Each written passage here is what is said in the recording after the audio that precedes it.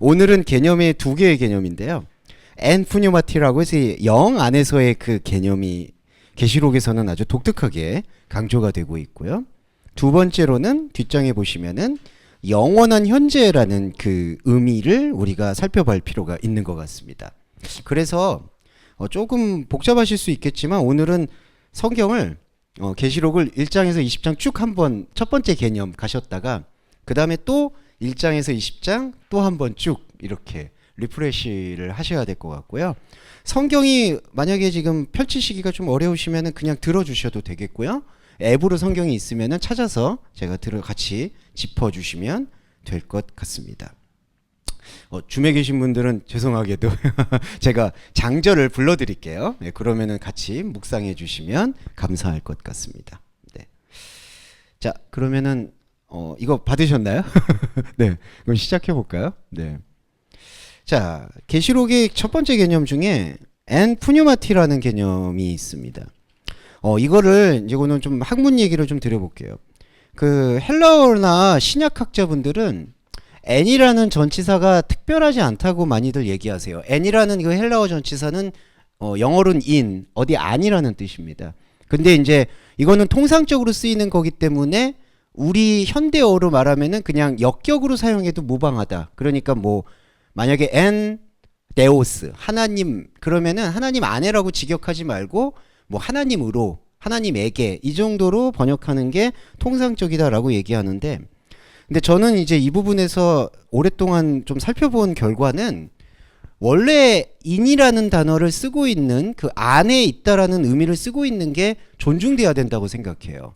그러니까 그 헬라어의 의미, 그 헬라어가 갖고 있는 의미 중에는 그냥 대상으로 대하는 이렇게 보여지는 대상으로 대하는 관계가 있고 서로 안에 들어가는 관계가 있다라는 것을 상당히 강조합니다. 그러니까 요한계시록의 똑같은 기록자인 요한은 내가 너희 안에 너희가 내 안에라는 것들을 강조하면서 그 관계를 이렇게 피상적으로 보는 관계보다 안에 속마음을 나누는 관계가 중요하다라는 것을 가르치고 있는 게 헬라어의 용법 중에 하나라고 볼 수가 있기 때문에 이 엔푸뉴마티라고 하는 영 안에서라는 거는 특별히 요한계시록의 기록자인 요한이 강조하는 의미를 부여받고 있다. 이렇게 생각해 보실 수가 있어요.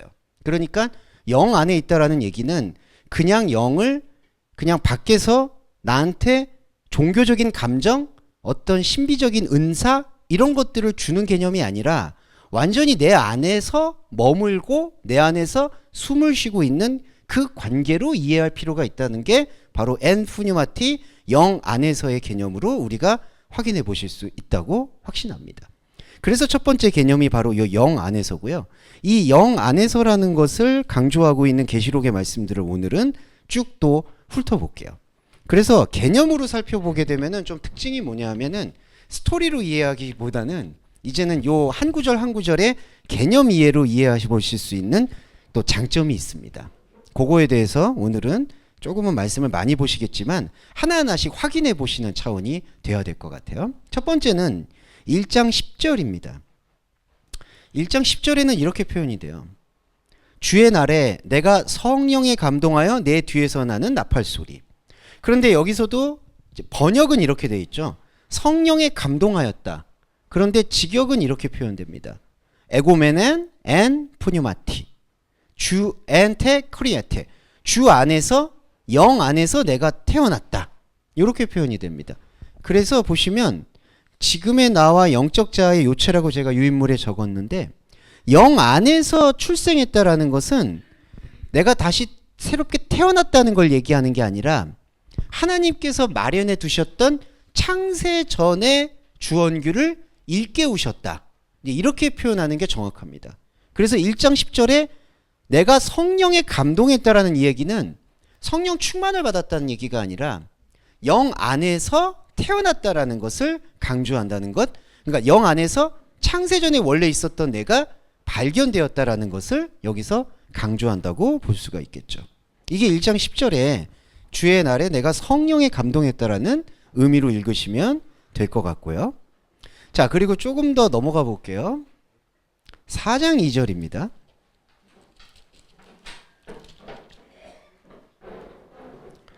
4장 2절에 보시면 또 제가 잠깐 읽어드리겠습니다. 내가 곧 성령에 감동하였더니 보라 하늘에 보좌를 베풀었고 보좌 위에 앉으신 이가 있는데, 근데 여기서는 기법의 이해가 좀 중요한데요. 여기 보시면은 성령에 감동하여가 나왔을 때 여기도 이거죠. 에고메넨 앤 푸뉴마티, 영 안에서 태어났다라는 건 아까 1장 10절하고 거의 동일합니다. 그런데 여기서 차이가 있는 게 뭐냐면은 바로 유두스라는 부사예요. 즉시 영 안에서 출생하게 되었다.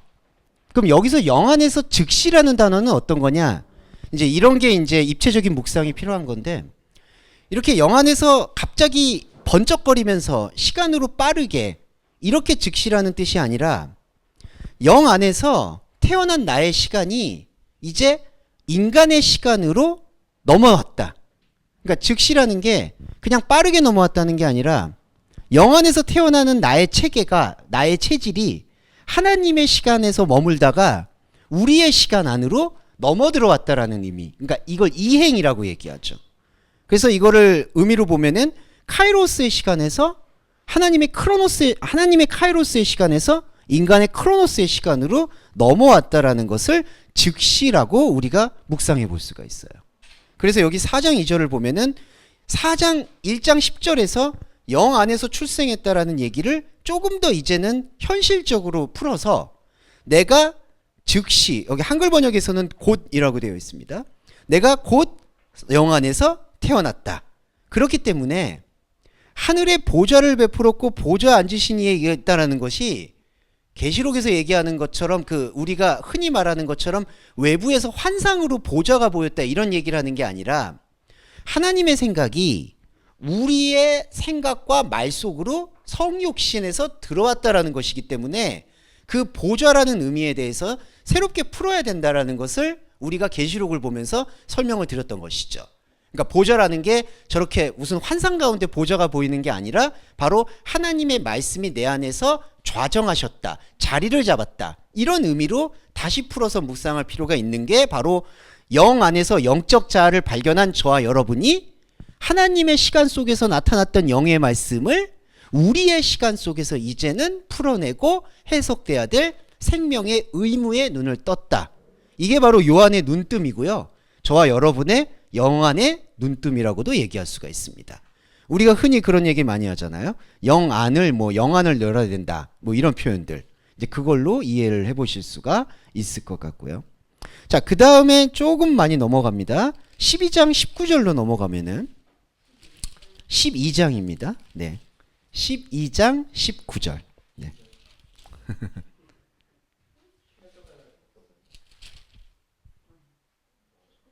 어머. 죄송하네요. 잠깐만. 이거 어디 갔어? 네. 아, 죄송해요. 11장 19절입니다. 네. 네, 11장 19절. 네. 12장이 아니었네요. 네. 이렇게 장절이 약한 게 여기서도 이렇게 노출이 됩니다. 제가 어저께 이거 되게 심혈을 기울였거든요. 한 두세 번 확인했는데 이러네요. 네. 역시 사람은 잘하는 걸 잘해야 된다는 생각이 드는 것 같아요. 네. 11장 19절입니다. 자, 하늘에 있는 하나님의 성전이 열린다라고 하는데요. 자, 이거는 아까도 이 엔토 푸뉴마티가 영 아니거든요. 근데 영 안에 있다라는 얘기를 다른 표현으로 묵상하게 되면은 바로 이거를 엔토 우라노스, 하늘 안으로 다르게 풀이할 수 있습니다. 네. 그러니까 11장 19절에서 바로 하늘 안에서, 한글 번역에서는 하늘에 있는이라고 되어 있는데 하늘 안에 있는. 그러면 이 하늘 안에 있다라는 게 바로 영 안에 있다라는 의미의 다른 표현이고요. 그 안에 무엇이 있냐면은 바로 우리의 영적 자아를 표현하는 단어가 나오는데 그게 바로 나오스, 성전입니다. 그래서 우리가 하나님의 성전이라는 거를 이제 구약에서 많이 표현을 하는데 하나님의 성전과 하나님의 언약궤, 뒤에 또 언약궤라는 의미가 나오는데 성전과 언약궤는 바로 우리의 영적 자아의 다른 표현을 바로 성전이라고 표현한다. 그래서 제가 영적 자아라는 얘기를 표현을 할 때 이제 다른 어떤 목사님들이나 이제 그런 지적을 좀 하시는 경우는 있어요. 영적 자아라는 표현이 성경에 안 나와 있지 않냐. 예.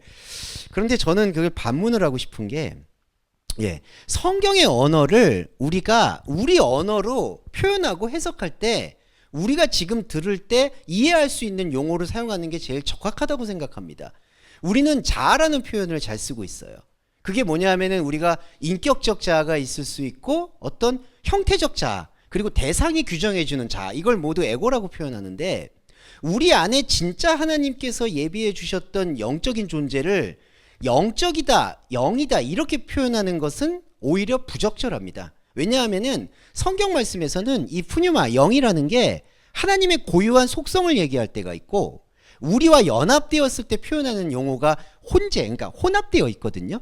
그러니까 그런 것들을 제대로 구별을 못하게 되니까 이게 잘못하면은 어떤 거는 영적이고 어떤 거는 육적이고, 이런 식으로 이렇게 사람이 관습화가 되어버려요.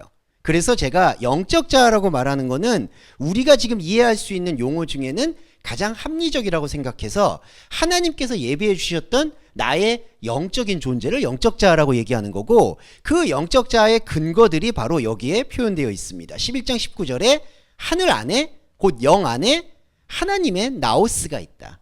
근데 이 나오스, 하나님의 성전이 열린다라고 표현하는 거죠. 이렇게 열리게 되는 게 어떻게 가능할까요? 아까 4장 2절에 영 안에서 태어났지만 우리는 즉시라는 시간을 맛봤거든요. 그게 어떤 시간이냐? 하나님의 시간에 있었던 영적 자아가 우리의 시간대로 이거를 육박해서 들어온다라고 표현합니다. 이게 이제 말씀의 관통이에요. 그걸 다음 주에 저희가 또 묵상하게 되는 그걸 메타 용법이라고 표현합니다. 오늘 헬라어가 좀 많이 나오니까 죄송한데요.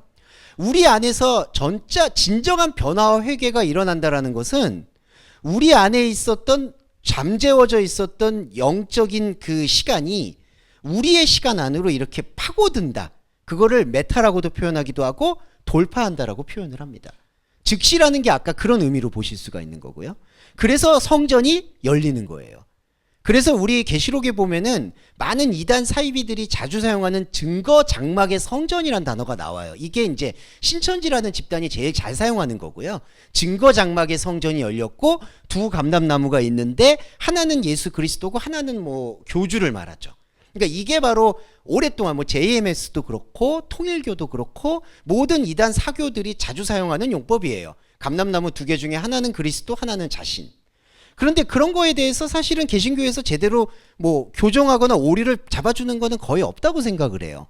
그 두 개는 우리의 연합체고요. 여기서 증거장막의 성전이라고 얘기하는 계시록의 말씀은 특정한 성전을 얘기하는 게 전혀 아니라 여러분 안에 있는 영적 자아를 설명한다. 이거를 우리가 다시 한번 못 박을 필요가 있다는 거죠. 그래서 하늘 안에 하나님의 성전은 바로 저와 여러분의 영적 자아를 말하는 겁니다. 이거를 한번 더 확인해 보시는 시간이 되었고요.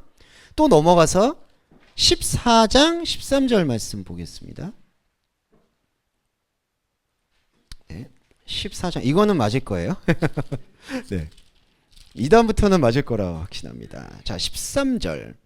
또 내가 들으니 하늘의 음성이 나서 가로되 기록하라. 근데 여기서는요, 지금 영적 자아 엔푸뉴마티가 어디에 등장을 하고 있냐면은 여기 보시면 주 안에서 죽는 자들이라고 표현되죠. 여기 주님 안에서라는 단어가 바로 영 안에서의 다른 표현으로 이해해 보시면 좋겠습니다. 13절에 엔 퀴리오스 아포드네스코테스 아파르티, 주님 안에서 죽는다라는 게 그럼 어떤 개념이겠느냐? 이제 여기서부터 영적 자아를 경험하고 있는 저와 여러분이 느끼게 되는 이제 영적인 충돌과 고난과 감각, 영적 감각 이런 것들을 뜻하는 건데, 영 안에서 죽게 된다는 거는 저와 여러분 안에서 영적 자아가 회복이 되게 되면 역설적으로 이 혼적 자아라고 표현할 수 있는 현상의 자아의 죽음을 고백하게 됩니다. 이게 바울 서신에서 나는 날마다 죽는다라고 얘기하는 것하고 일치하는 거예요. 나는 날마다 죽는다라는 거를 자꾸 요즘에는 이순신 장군하고 연결하는 경우가 많아요. 뭐 사즉생 생즉사인가요? 뭐 죽고자 하면 살 것이요. 그거하고 전혀 상관없습니다.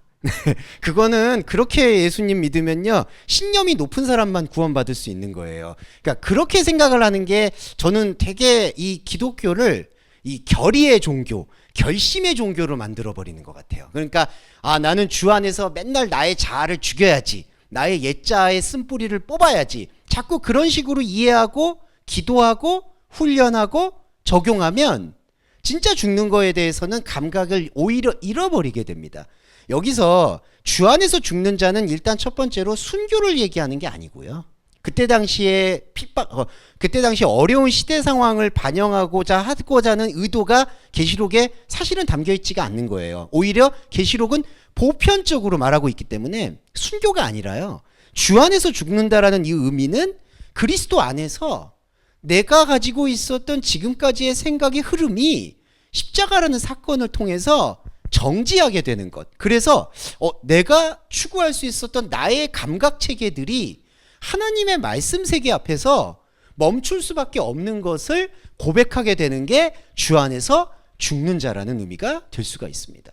왜냐하면 여기 죽음에 대한 단어는 헬라어에서는 죽음에 대한 단어가 몇 가지가 쓰이는데요. 네크로스, 다나토스, 드네스코, 아포드네스코. 근데 여기에 단어는 아포드네스코라고 쓰여서요, 지난번에 한번 말씀을 드렸지만, 우리가 장례식을 할 때 망자를 보내드릴 때 이렇게 극락 왕생을 기원한다든지 좋은 곳으로 간다든지 이제 그렇게 표현을 하잖아요. 헬라어에서 여기 말하는 주 안에서 죽는다라는 의미도 그 정도의 의미입니다. 무슨 뜻이냐?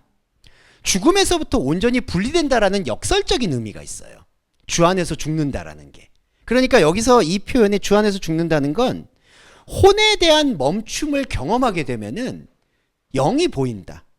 이것도 어떤 분이 그 불교 어떤 스님께서 멈추면 비로소 보이는 것들, 그 체계하고 비슷하지 않냐 이렇게 말씀하시는데, 그거는 그냥 그 정신 매니지먼트고요. 지금 말씀드리는 거는 영 안에서 영적인 자아가 즉시 우리의 시간 안으로 육밖에 들어왔을 때 우리가 경험하게 되는, 이 말씀을 보게 되고 성경을 보게 되고 나의 신앙을 되돌아보게 될 때 멈추게 되는 것. 근데 이게 상당히 어려운 부분이에요. 사실은 주 안에서 멈춘다라는 게. 왜냐하면은 사람은 항상 행동하기 마련이거든요. 그러니까 이게 역시 이게 패러다임, 그러니까 패러다임 충돌인데, 사람은 항상 행동하고 뭔가를 적용해야지만이 내가 살아있음을 느껴요. 그게 인간이 가지고 있는, 정말 죄송한데, 원죄성이에요, 오히려. 그러니까 이 어머니 뱃속에서부터 분리가 됐을 때 사람은 자연스럽게 울고 어머니의 젖을 찾습니다. 그리고 이거는 생존하고 연결돼 있고 윤리와 양심하고 또 연결이 돼 있어요. 그러니까 어머니는 자식을 돌봐야 되는 거는 천륜이죠.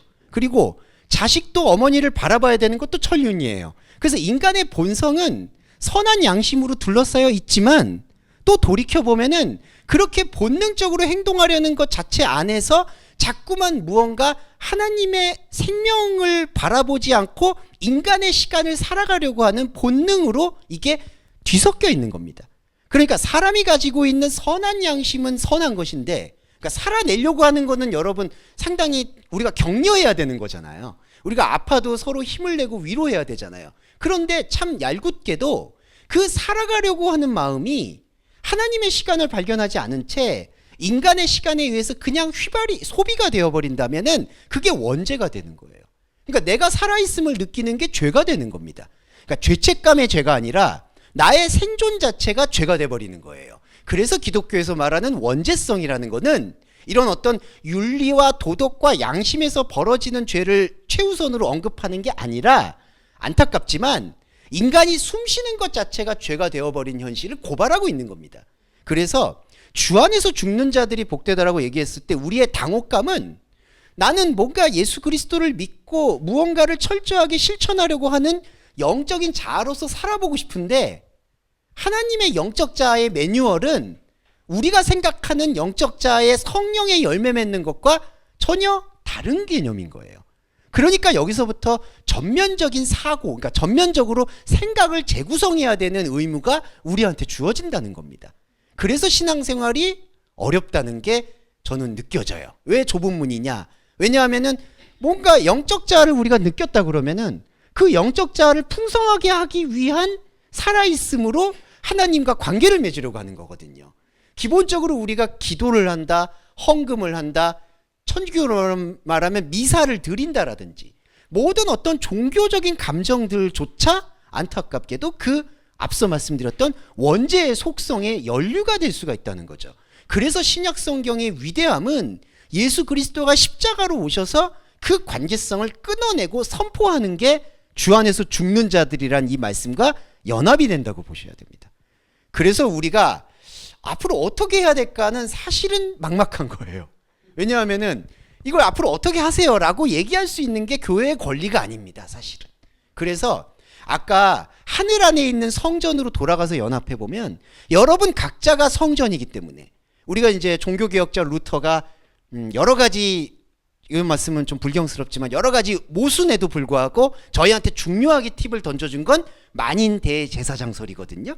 그것도 여러 가지 오류가 있지만 그 뜻이 뭐냐 하면은 교회는 이런 모임이 교회가 아니라 여러분 각자 안에 있는 하나님의 성전인 여러분의 영적 자가 교회고, 그러니까 그 영적 자를 여러분이 어떻게 교감하고 꾸려가야 되는 것은 이런 교회의 모임이 매뉴얼을 줘야 되는 게 아니라 여러분 각자가 주체적으로 깨우쳐 나가야 되는 거예요.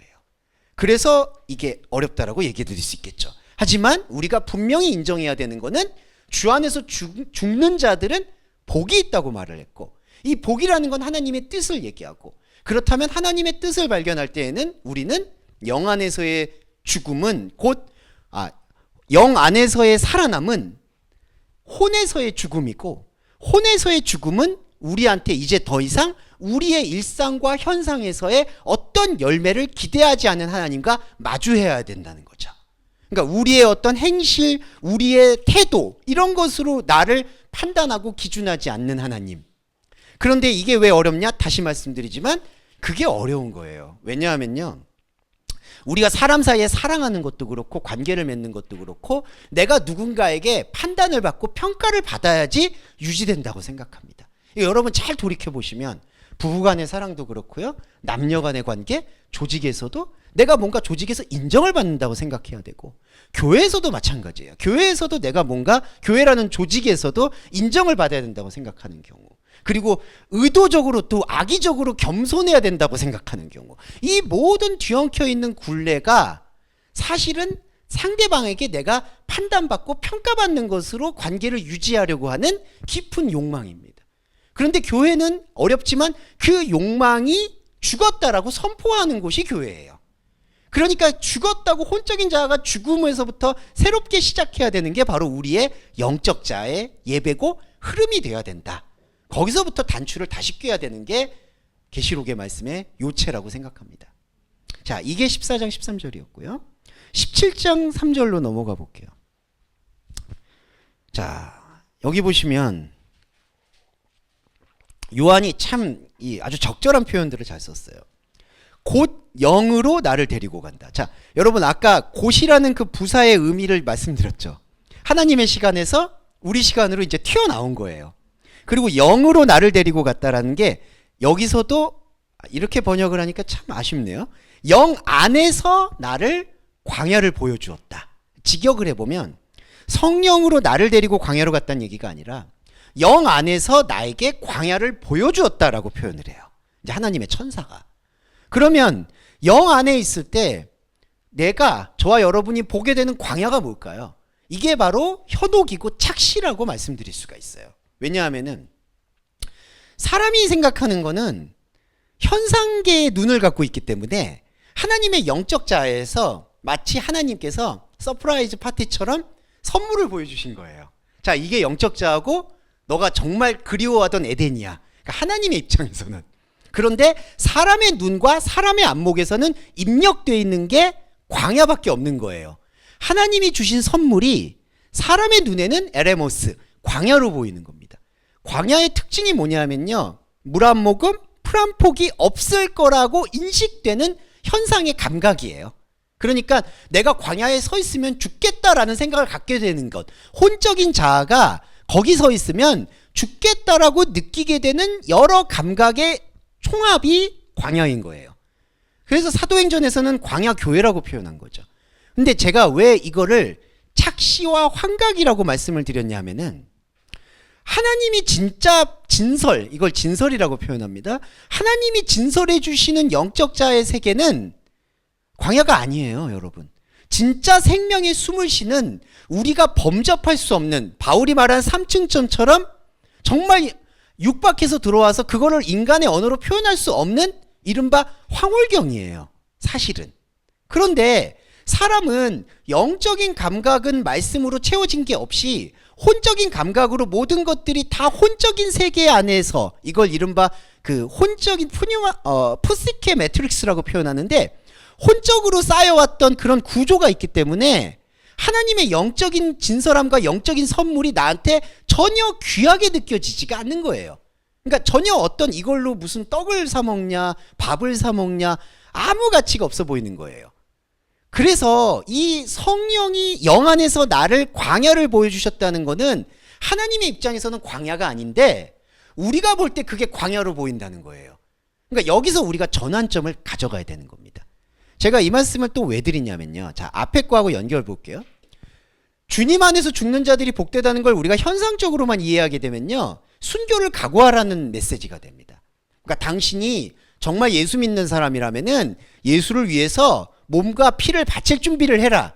근데 제가 그걸 왜 아까 이순신 장군과 연결했냐면요, 비난하는 게 아니라요, 그거는 인간이 가지고 있는 윤리적 양심의 숭고함입니다. 그거는 그거대로 존중돼야 되지만 그건 신앙의 요패가 아니에요.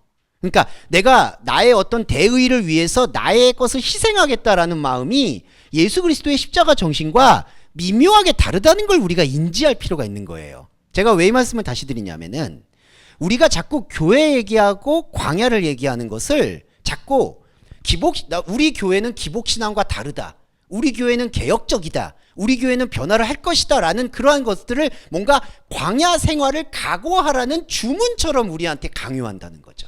그러니까 당신이 예수를 믿으면 잘 먹고 잘 살 생각을 버리세요. 이것도 잘못됐다는 거예요. 그러니까 예수 믿고 잘 먹고 잘 사는 말씀이 전혀 아닌데, 자꾸 우리 인간이 갖고 있는 이거 아니면 이거, 뭐 아니면 도의 사상이 예수 믿고 잘 먹고 잘 살 기대를 버려라, 예수님 믿으면 광야를 각오해야 된다, 그게 제자도다. 이거 여러분 안타깝지만 신념체계입니다. 자, 이거 이해되시죠? 이거는 신념체계예요. 그거는 그거대로 존중하면서 사회에서의 윤리와 관계를 맺어가면서 여러분의 사상을 펼쳐나가면 되는 건데, 이게 말씀 안으로 들어오면 안 된다는 겁니다. 그래서 다시 정리해보면, 영 안에서 보여지는 여러분들의 영적인 자리가 처음에는 광야로 보인다는 겁니다. 우리가 말씀을 볼 때도 처음에는 무색무취하니까 이 진리체계가 뭔가 나한테 육박해서 못 들어오니까, 효과가 없으니까 금방 포기하게 되는 경우가 다반사예요, 솔직히. 왜냐하면 말씀을 들으면 들을수록 다 휘발시키니까. 그러니까 아무것도 없다라고 얘기하는 게 이 말씀의 본질이거든요. 아까도 말씀드렸듯이 인간의 혼의 행위가 죽을 수밖에 없다라는 걸 고백하는 게 말씀이니까. 그러니까 사람이 뭔가 동력을 못 느끼고, 그러니까 자꾸 물 한 모금 풀 한 폭이 없는 광야로 생각한다는 거죠. 그러니까 이 광야를 우리가 각오해야 되는 것도 아니고, 이게 광야라고 우리한테 주입했던 혼의 생각을 이제는 걷어낼 필요가 있다라는 것입니다. 그럼 어떻게 걷어내느냐? 저는 유일한 방법은 말씀과의 연합이라고 생각이 들어요. 그러니까 제가 뭐 이런 면에서 저는 복음주의라고 확실하게 말씀드릴 수 있겠는데, 복음의 연합만이 우리가 지금까지 길들여져 왔던 혼의 감각을 뛰어넘어서 영의 감각의 육박의 그 진정한 맛을 느낄 수 있게 된다. 그러기 위해서 우리는 계속되는 영의 말씀의 노출이 필요하다고 저는 말씀드릴 수밖에 없는 거죠. 자, 이게 바로 이 영 안에서 광야를 보여줬다. 한 번만 더 말씀드리면, 광야를 각오하라는 말씀이 아닌 거예요, 이게. 그러니까 하나님 믿으면은 광야를 각오해야 된다, 당신 사업이 어려워진다, 이런 말들에 이제는 현혹되지 마셔야 된다.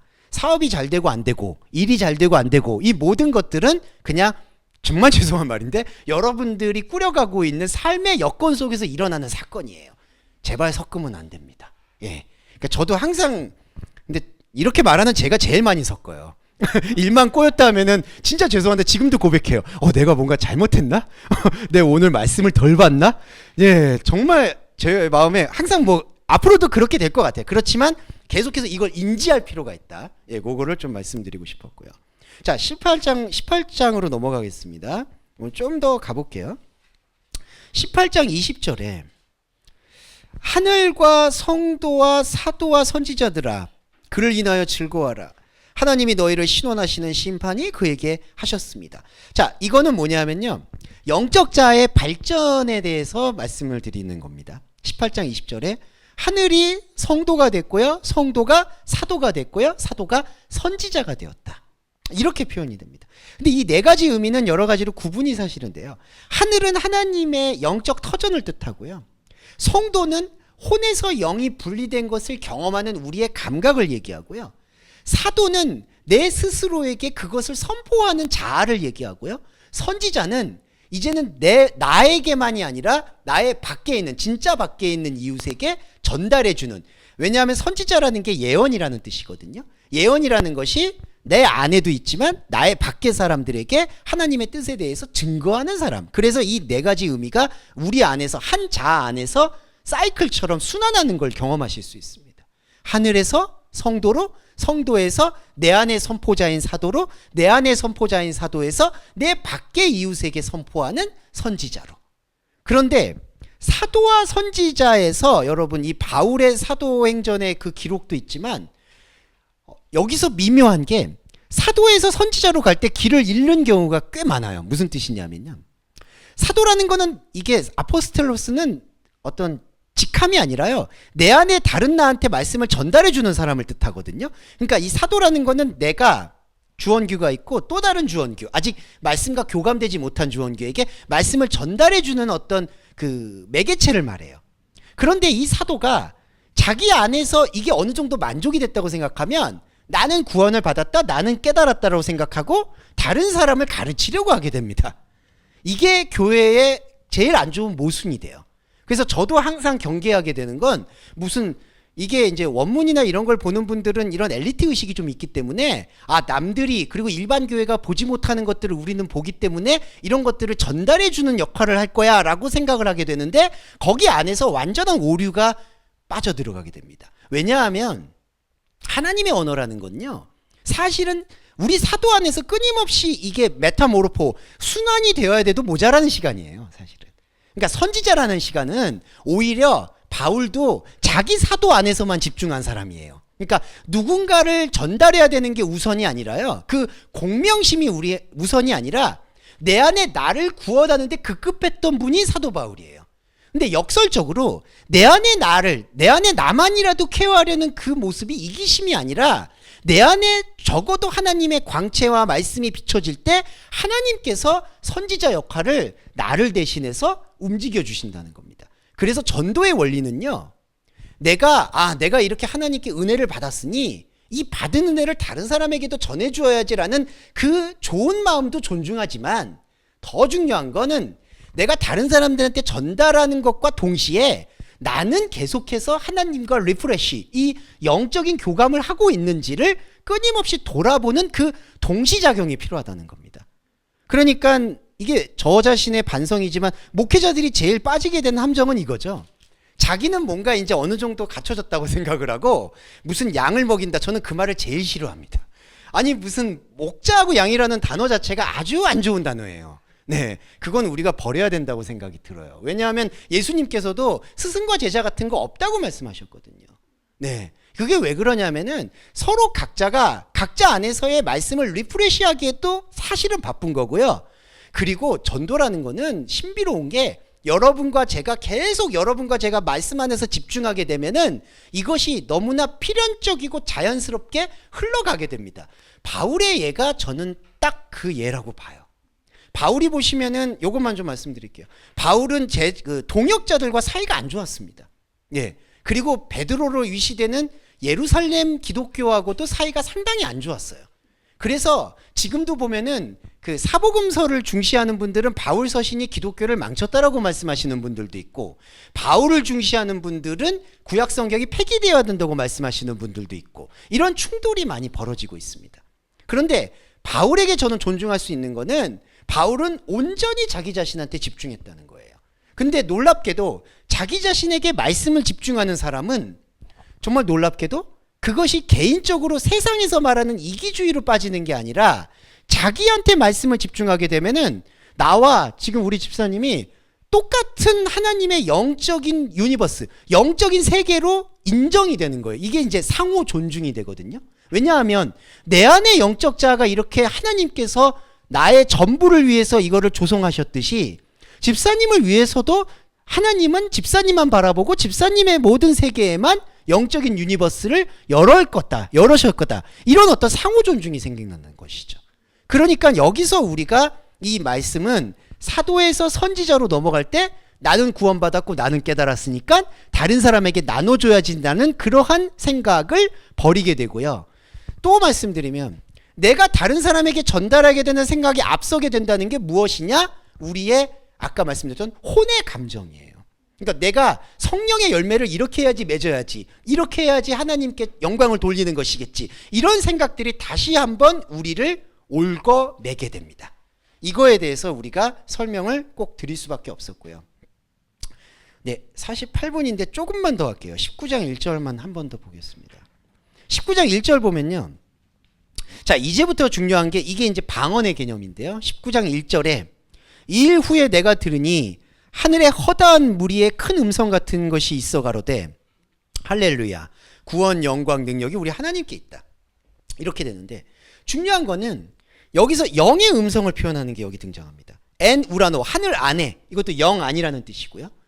허다한 무리의 음성, 이 허다한 무리의 음성이라는 게 무슨 뜻이냐? 바로 오순절에서 방언을 느꼈던 것과 거의 동일한 사건이라고 보셔야 돼요. 왜 여기서 무리라는 단어를 썼느냐? 첫 번째, 무리라는 단어도요, 사람이 생각하는 혼적인 가치에서 보면은 상당히 무가치해 보이고 오합지졸처럼 보이고 모순적으로 보이는 거예요. 이걸 다른 표현을 하면 민중이라는 단어로도 표현하거든요. 백성, 민중. 그 다음에 나쁜 표현으로 표현하면은 어거지떼. 그리고 무슨 이렇게 떼법, 떼창 이런 뜻으로도 이게 표현되고 영어로는 몹이라는 단어로도 쓰입니다. 그러니까 되게 의미 없이 떠돌아다니는 사람들을 무리라고 표현을 해요. 그래서 예전에도 예수님 비유 때도 이렇게 시장에서 놀고 있는 사람들 9시 때 불러오고 5시 때 불러오고 12시 때 불러오죠. 그 무리라고 표현해요, 다. 근데 이걸 허다한 무리의 음성을 왜 영적 자아의 음성이라고 보느냐? 이게 바로 현혹이라는 거죠. 아까 말씀드렸던 것처럼. 하나님의 영적인 음성은 정말 엑기스와 같은데 사람은 그 엑기스와 같다, 본질과 같다, 귀하고 존귀하다 이런 이미지와 이런 느낌을 혼적인 감격으로 끌어내리려고 한다는 거예요. 자, 우리가 종교 행위를 볼 때 지금 유럽 여행 준비하는 분도 계실 수 있고 하지만 유럽의 성당들 보면은 웅장하고 멋있잖아요. 저도 이제 건축가 가우디를 존경하기는 하지만 근데 그거는 참으로 안타깝지만 무의미한 행위가 되는 거죠. 왜냐하면요, 사람이 보암직하고 느끼고 싶고 사람이 감정과 감각으로 압도되는 걸 통해서 종교와 동화되려고 하는 모든 욕구가 성당 안에 저는 내재되어 있다고 봅니다. 그러니까 그걸 벗어나려고 하는 게 개신교겠죠. 네. 그래서 성상이나 미술 같은 건 나중에 또 따로 설명을 드리겠지만 그런 모든 욕구들이 하나님을 존귀하게 높여드리려는 그런 감정들을 외부에서 찾으려고 하고 그 외부에서 만족감을 느끼려고 하는 게 일체의 종교 감정이라는 거예요.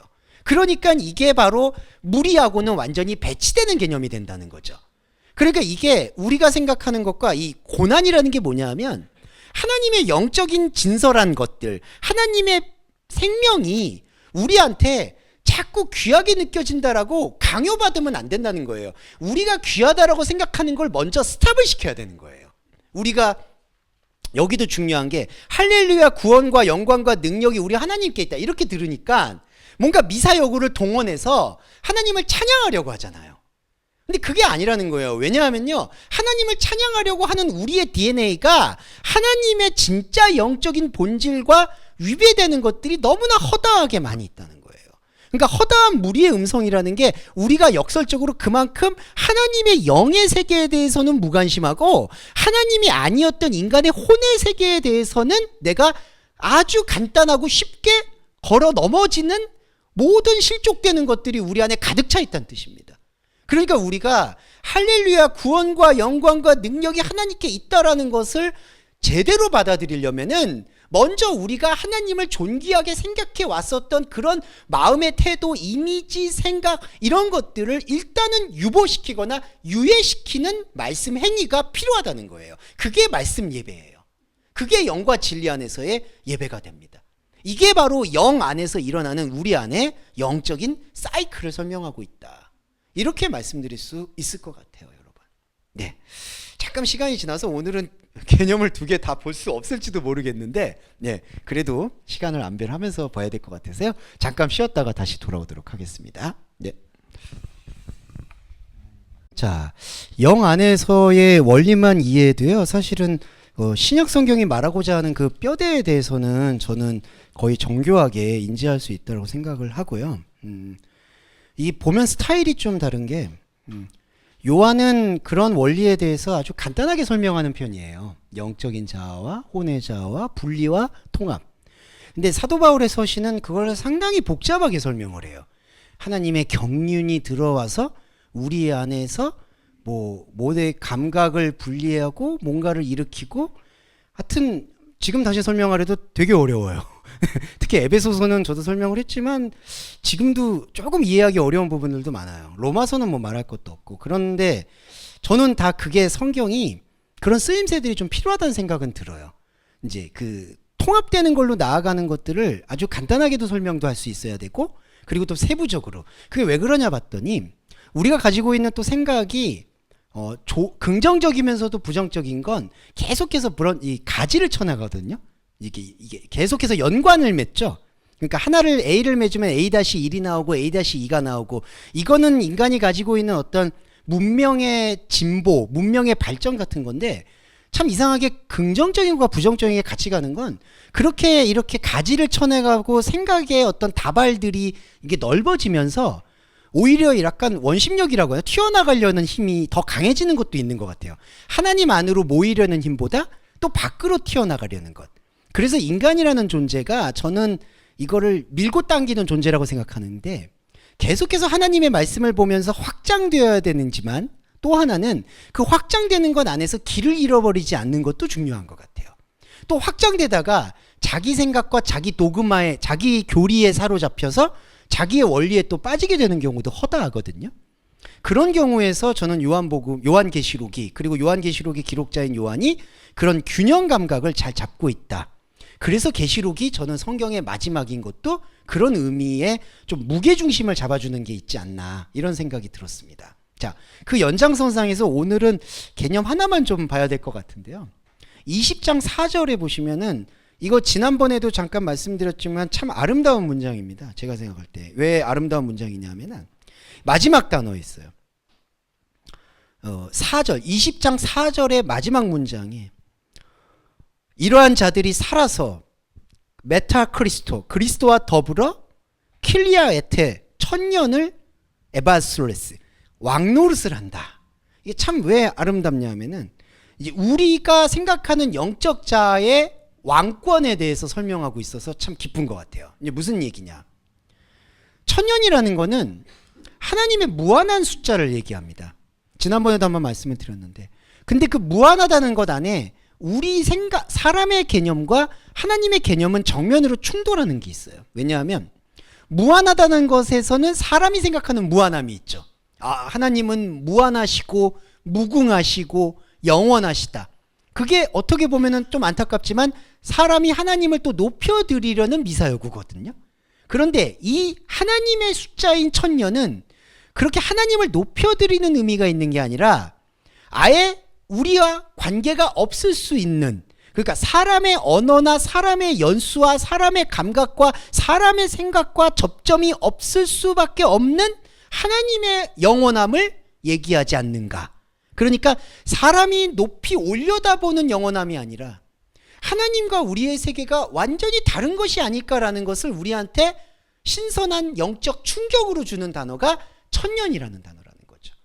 그러면 이제 영 안에서의 이 세계가 바로 천년이라는 건데, 천년에서 왕노릇을 한다는 게 무슨 뜻일까? 이러면은 이 왕의 노릇을 한다, 왕권을 행사한다, 권력을 휘어잡는다는 이 모든 개념들도 허물어지는 거겠죠. 왜냐하면은 천년이라는 이 숫자의 개념이 사람이 높여드리는 천년이 되는 것이 아니기 때문에, 무슨 진시황 천년, 무슨 문명의 천년, 이런 어떤 찬란한 천년을 얘기하는 게 아니거든요. 하나님의 온전한, 하지만 우리의 혼적인 자아는 감지할 수 없었던 그런 터전이 우리 안에 들어왔고, 그런 터전 속에서 왕 노릇을 한다고 했을 때 그때 왕은 신하가 없는 왕. 지난번에도 말씀을 드렸지만, 그러니까 누가 누구를 지배하고 지배받지 않는, 누가 누구를 판단하고 판단받지 않는 왕. 그게 왕은 어떤 걸까요? 그러면은 백성이 없는 왕이에요. 이때 왕은요, 누군가를 군림하는 왕이 아닌 겁니다. 그냥 여러분 자신이 왕인 거예요. 신하가 없는 왕. 그러면은 이제 제일 중요한 거는, 아니 그게 무슨 왕이냐. 그러니까 우리가 생각하는 왕이라는 건요, 이 인류의 역사는 무조건 왕정 역사잖아요. 왕 있고 신하 있죠. 항상 그래 왔죠. 지금도 민주주의 사회라고 얘기하지만은, 안타깝지만은 지금도 계급이 나눠져 있죠. 빈부격차로 사람을 따지죠. 이게 아무리 벗어나려고 해도 굴레처럼 인간에게 지금 DNA처럼 아예 자리 잡은 것 같아요.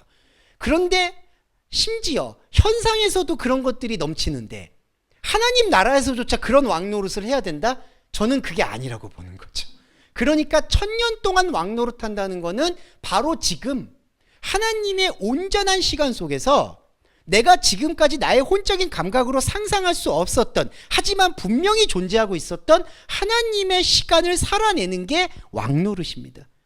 이 왕노릇이 저와 여러분 안에서 이루어지는 거고, 그게 바로 만인 제사장이라는 거죠.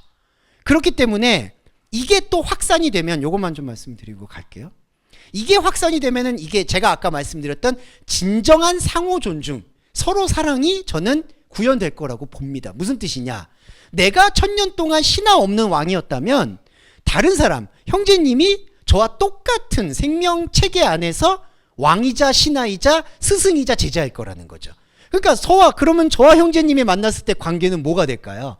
그냥 하나님의 자녀로서 만나는 거예요. 거기 안에는 높고 낮음이 있을 수 없죠. 관계가 없을 수 없죠. 그러니까 아주 힘들어도 적어도 교회는 서로가 서로에게 완전한 말씀의 독립체들인 점들이 모여 있어야만 된다는 겁니다. 그걸 인위적으로 100부장을 만들고 1000부장을 만드니까 망하는 거예요. 제가 중요한 게 구약에서요, 자꾸 요것만 말씀드릴게요. 이게 이제 저희 하반기에 민수기 신명기 레위기의 내용이니까요. 아론도 그랬죠. 그리고 기드온도 그랬죠. 저기 계속 지혜를 주잖아요, 모세한테. 이거 당신 혼자 하기 힘드니까 1000부장 만들어라, 100부장 만들어라. 거기서부터 스텝이 다 꼬이는 거예요, 여러분. 그리고 레위 지파 만들었고요. 레위 지파한테 레위 지파는 땅 안 가졌으니까 땅 나눠주자, 11조 주자. 거기서부터 다 꼬이는 거예요. 하나님하고 모세가 만났을 때 그런 얘기가 아니었죠. 근데 뭐죠? 이걸 가지고 인간의 왕국을 세우려면, 이스라엘을 세우려면은 이렇게 해서는 안 된다. 점들만 있어가지고 이게 어떻게 성립이 되냐. 어떻게든지 왕을 만들고 1000부장 만들고 100부장 만들고 이렇게 해서 질서 정연하고 조직적으로 가야지 하나님의 나라가 완성이 된다라고 봤기 때문에 그렇게 간 거예요.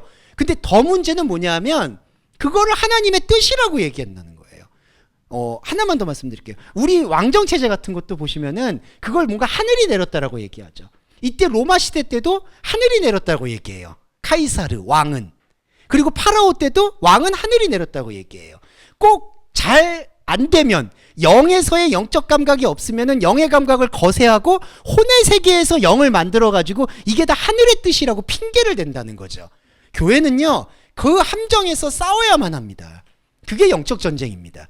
우리의 씨름은 혈과 육에 관한 것이 아니라 정사와 권세라는 거는 이런 무슨 영적으로 엑소시즘처럼 기도하고 이런 게 전혀 아니라요, 하나님의 말씀을 듣고 천년이라는 것이 무엇인가를 정확히 인식해서 그 점들이 지속될 수 있도록 서로가 서로를 존중해주는 마음으로 이 시간을 견뎌내는 것, 그게 교회가 돼야 됩니다. 그게 아니면은 교회는 해체해야 돼요. 그런 교회가 왜 있어야 됩니까? 그런 교회는 교회가 아닙니다. 죄송한 말인데 그거는 우리가 정확하게 말씀을 드려야 되는 것이고. 자, 이 흐름에서 21장으로 가볼까요? 자, 이제 오늘 5분 정도만 더 사용하면 될 것 같습니다. 21장 10절에서 성령으로 나를 데리고 크고 높은 산으로. 자, 이것도 뭐죠? 성령으로 나를 데렸다? 이것도 영 아닙니다. 성령이란 단어가 아니에요. 엠푸뉴마티예요. 영 안에서 나는 데리고 갔다. 자, 이게 저와 여러분이 잘 공감해 주셔야 되는 영의 감각에 대한 여러분들의 혼의 인식입니다. 무슨 뜻이냐면은, 우리는 이렇게 말씀을 듣고 제가 이렇게 설명을 드릴 때 영 안에 계십니다라고 말씀드렸잖아요. 근데 자, 지금 보시면 저와 여러분 안에는 내가 지금 어디 공간을 간 게 아닌데, 그리고 내 안에 뭔가 환상이 보인 게 아닌데, 이러면은 어디로 안 갔다고 느껴져요, 여러분. 그렇죠? 그런데 자, 지금 저와 여러분이 이 시간에 노출이 됐을 때 우리 시간은 지금 11시에서 12시 흘러가고 있죠. 그런데 이 시간 안으로 아까 하나님의 시간이 스며들어왔죠. 그러면 스며들어왔을 때 우리가 느끼는 감각은 공간적으로든 시간적으로든 이동하지 않았다라고 느끼지만, 하나님이 우리한테 들어오셨기 때문에 하나님의 영적인 감각은 지금 우리 안에서 살아 숨쉬고 있다는 거예요.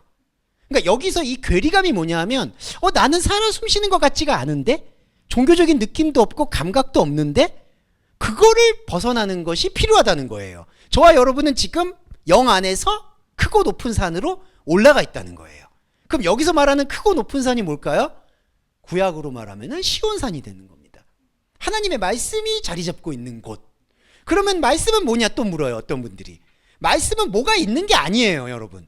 말씀이라는 것은요, 우리가 들어서 무슨 사서삼경처럼, 아니면은 무슨 공자의 말씀처럼, 아니면은 불경의 어떤 가르침처럼 이 말씀을 들었으니 도노점수처럼 깨달아서 적용해라, 이런 인풋과 아웃풋이 아니라는 거예요. 하나님의 말씀은 그냥 그 자리가 열리는 겁니다. 이게 중요해요. 그 자리가 열린 거예요. 크고 높은 산이라는 것은 그 자리가 열린 거예요. 그런데 요한계시록의 기록자가 의도적으로 여기서 거룩한 성 예루살렘을 집어넣는 이유가 있어요. 예루살렘에 대한 우리의 생각을 깨라는 얘기입니다. 이게 이스라엘이라는 생각을 깨야 돼요. 무슨 뜻이냐? 아까도 앞서 말씀드렸던 이스라엘, 예루살렘, 이게 다 우리가 마치 성지 순례하듯이 종교적으로 우리 마음의 고향처럼 생각을 한다는 겁니다. 근데 그게 아니에요. 우리 마음의 고향은 사실은 현재, 영원한 현재로 있는 하나님의 영적인 처소라는 것이죠. 그러니까 여기 거룩한 성 예루살렘을 보였다라는 얘기는 거룩한 성 예루살렘이 진짜 있다는 얘기가 아니라, 너가 지금 생각하고 있는 크고 높은 산은 오히려 너희들이 생각하고 있는 하나님을 높여드리고자 하는 우상숭배의 거룩한 성일 수 있다는 것을 입증한다는 거죠. 이게 바로 주님 안에서 죽는 자의 신앙 고백입니다. 내가 아무리 내 입술과 내 생각으로 고백하려고 해도 내 이미지와 내 생각을 지배하는 것은 거룩한 성 예루살렘이구나. 이 거룩한 것은 오히려 하나님의 거룩함이 아니구나. 이 거룩함에서 벗어났을 때 비로소 하나님의 그저 있는 영적인 자리가 보이는 것이구나 라는 것을 깨우쳐 주기 위한 게 바로 거룩한 성 예루살렘을 보여주신다라는 뜻이 담겨 있다라고 저는 생각하고요. 이런 것들이 우리 안에서 실천이 될 때 하나님과 우리와의 마지막으로 말씀드릴 수 있는 신비의 사이클이 생기는데, 이게 계시록 22장 15절로 가시면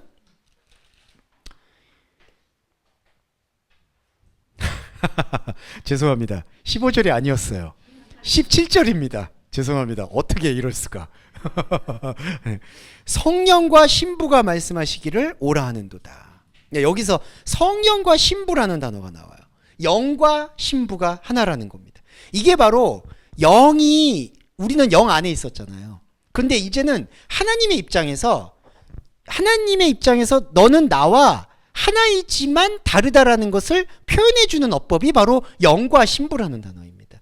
왜냐하면 우리는 늘 영 안에 있는데요, 하나님은 우리를 동등한 자기 자신과 함께 여겨주시기 위해서, 이게 의로움이거든요. 그래서 자, 우리는 이렇게 생각하시면 돼요. 하나님 안에 있는데 반대로 하나님께서 나를 당신과 같은 존재로 세워주셨어요. 그래서 이게 바로 우리의 하나님 됨입니다. 그러니까 이게 이제 우리가 보고 있는 모티브 중에 가장 중요한 모티브이기도 한 건데, 무슨 나는 신이다 이런 게 아니라 우리는 하나님이에요. 이게 무슨 의미냐? 우리가 하나님이라고 내가 신이야 이렇게 부르는 게 아니라 하나님이 우리를 그렇게 불러주시는 거예요, 이때.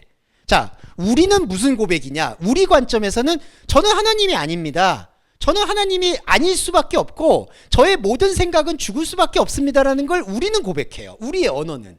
그런데 그 우리의 언어에 대한 하나님의 화답, 이게 언약인데, 하나님의 언약은 너가 그것을 고백하고 있는 그 관계로 인해서 너는 하나님이다라고 얘기하는 거예요.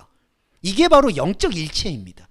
요한복음과 요한계시록이 그거를 정말 전 탁월하게 다뤘다고 생각해요. 내가 너희 안에, 너희가 내 안에, 그리고 우리 안에. 그래서 우리는 완전히 하나님과 하나가 된 거예요. 그리고 이 영적인 처소와 영적인 언약은 제가 확언하는데, 저와 여러분이 이 11시에서 12시를 관통하는 이 인간의 시간 안에 스며들어온 하나님께서의 화답이 우리한테 들리게 되는 이 언약 체계가 확실해진 이상 여러분을 범접할 수 있는 것은 존재할 수가 없다는 거예요. 여러분의 영적 자아를 침해할 수 있는 것은 어떤 것도 있을 수가 없다는 거예요. 성령의 회방이라는 것은 이 관계에 대한 생명의 눈뜸이 모호해질 때 들어오는 온갖 현혹들을 성령의 회방이라고 얘기할 수가 있습니다. 그러니까 그런 회방들은 사하심을 얻지 못한다라고 얘기할 수가 있다는 것이죠. 그래서 오늘 정리를 해보면 영 안에서라는 이 개념은 하나님의 영 안에서 우리는 영적인 자아를 창세전부터 갖고 있었다. 하나님의 관점에서. 그렇지만 우리의 이 겉사람들의 모호성, 겉사람들의 모호함들은 그것을 취하지 못하고 다른 우상의 말뚝을 박는데 혈안이 되었고, 아예 감각조차 지금 망실되어 버렸고, 또 하나 말씀드리면 인간의 시간은 또 역사로 켜켜이 쌓였잖아요. 벌써 예수님 오신 지도 2000년 지났잖아요. 하나님의 생각을 모르는 사람들이 전통을 만들고 사상을 만들고 양심을 만들고 법을 만들고 체계를 만드니까 사람이 배운 교육이라는 것들이 참 안타깝지만 다 그런 바벨의 언어에 완전히 숙주처럼 여기가 다 지배당하고 있다는 것을 우리는 부정해서는 안 돼요, 여러분. 정말 아주 독소들이라고 표현해야 될까요? 죄송한데 이게 아주 검은 것들이 쌓였다고 봐야 되죠. 그래서 이제 이런 것들이 우리가 말씀을 보게 될 때 조금은 날카롭게 봐야 되는 게, 그런 것들을 다 독소들을 뽑아내는 작업이 하나가 있어야 되고, 또 하나는 통합돼서 보니 하나님과 내가 다르지만 하나라는 사실이 명료하게 보여지는 그 섬광 같은 말씀, 그 말씀과 내 자아가, 내 겉사람이 계속 분리되는 그 영적인 긴장감이 우리의 예배가 되는 것, 곧 그게 바로 창세전의 나를 깨우는 영적 작업이다. 이렇게 생각을 해주시면 좋겠습니다. 네, 오늘은 요 영 안에서의 개념 하나만 이렇게 이해해 보도록 하겠습니다. 자, 정리의 기도와 그리고 주기도문으로 예배 마무리하겠습니다. 사랑해 주님 감사합니다. 우리 안에 일깨워지는 새로운 생명을 허락하여 주심을 진심으로 감사드립니다.